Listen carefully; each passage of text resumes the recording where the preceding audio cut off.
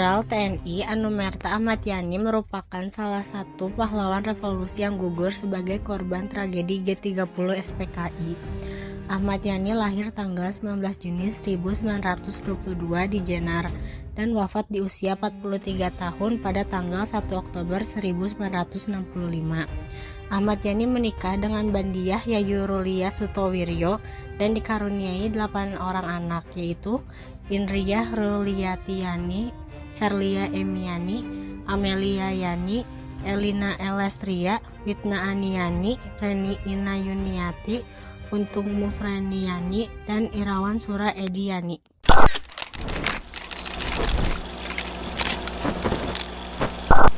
Pada tahun 1957 sampai 1965, keluarga Ahmad Yani tinggal di daerah Menteng, Jakarta, yang saat ini disebut Museum Sasmitaloka. Sasmitaloka dibangun tahun 1930 dan diserahkan ke Angkatan Darat pada tahun 1950.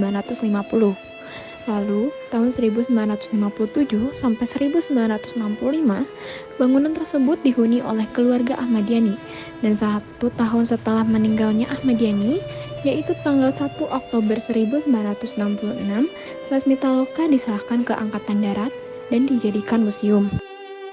Di gedung itulah, Ahmad Yani terbunuh oleh pasukan Cakrabirawa dan dibawa ke Lubang Buaya bersama 6 jenderal lainnya, yaitu Maijen Raden Suprapto, Maijen Mas Tirto Darmo Haryono, Maijen Siswondo Parman, Brigjen Donald Ishak Panjaitan, Brigjen Sutoyo Siswo Miharjo, dan Letu Pierre Andreas Tendean.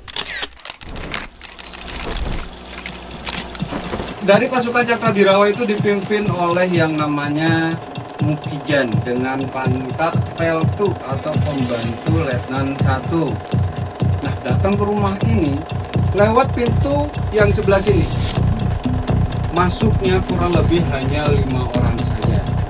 Tetapi rumah ini sudah dikepung oleh pasukan Cakrabirawa kurang lebihnya 1 kompi plus. Ada yang tahu nggak 1 kompi berapa orang? 100 orang. Tetapi ada plusnya. Jadi kalau di total di rumah ini saja itu kurang lebihnya ada 130 orang yang mau menculik Bapak Jenderal Ahmad Yani. Rumah ini adalah rumah dinas ya dulunya oleh Angkatan Darat. Rumah ini diberikan kepada Bapak sebagai Kepala Staf Angkatan Darat. Ternyata ibu lihat pada teriakan, "Bu, Bapak diambil, Bapak diculik, Bapak dibunuh," gitu kan. Bapak dibawa gitu sambil nangis-nangis. Saat ini, di Lubang Buaya terdapat gedung yang disebut Monumen Pancasila dengan tujuan mengenang jasa pahlawan revolusi, mengingatkan pada generasi penerus agar tidak terjadi kembali laten-laten komunis, serta sarana rekreasi dan edukasi tentang G30 SPKI.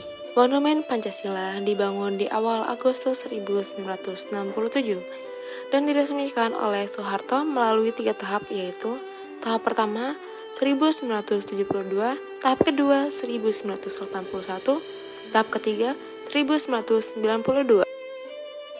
Di tempat ini terdapat 3 rumah berdarah, yaitu rumah penyiksaan sebagai tempat berlangsungnya penyiksaan terhadap para jenderal yang diculik, rumah pos komando sebagai tempat rapat sebelum terjadinya G30 SPKI, dan rumah dapur umum sebagai tempat masak-masak para geromboani. Lalu, para jenderal yang menjadi korban G30 SPKI dilemparkan ke sumur maut dalam keadaan meninggal dan disembunyikan dengan ditanami pohon pisang, dan pada tanggal 4 Oktober 1965, jenazah para korban ditemukan.